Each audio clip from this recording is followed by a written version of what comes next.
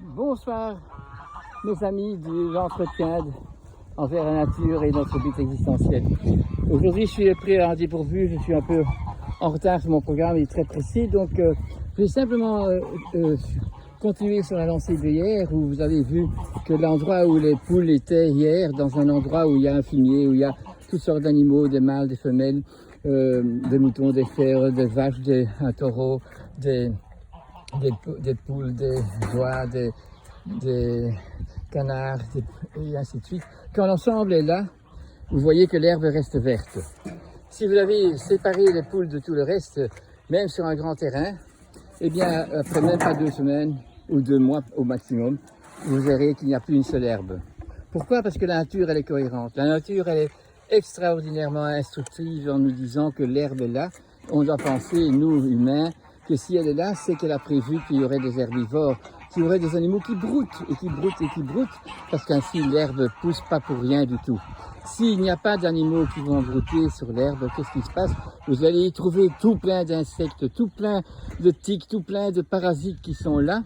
Et alors, si vous laissez les poules là-dessus, c'est bien sûr qu'ils aiment bien manger les parasites, qu'ils aiment bien manger les mouches.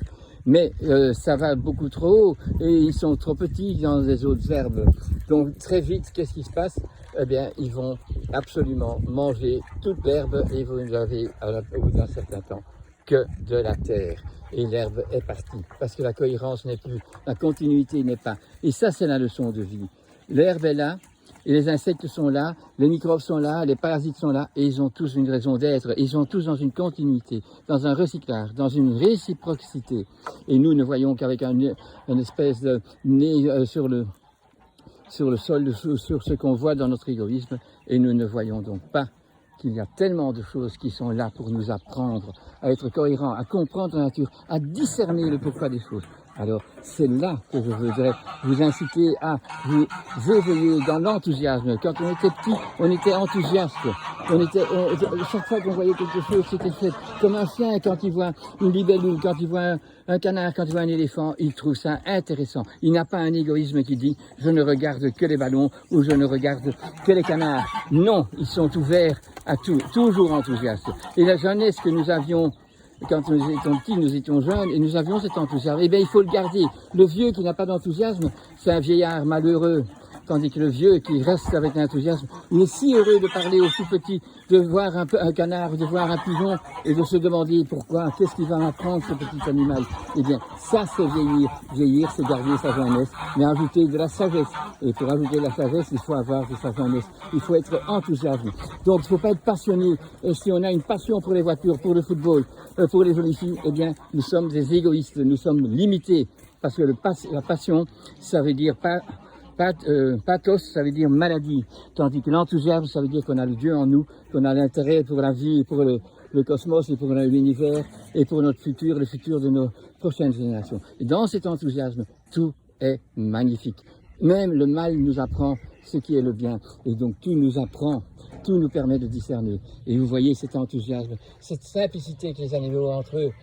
Mais si les chèvres n'ont vu que des chèvres, n'ont pas été promenées, ne mangent pas aux arbres, ne peuvent pas, ils sont obligés de se mettre à genoux pour manger de l'herbe comme une vache, eh bien nous ne sommes pas heureux, nous ne les rendons pas heureux.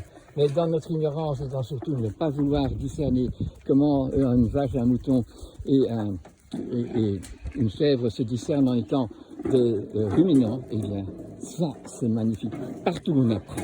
Et voilà, on n'a jamais fini d'apprendre.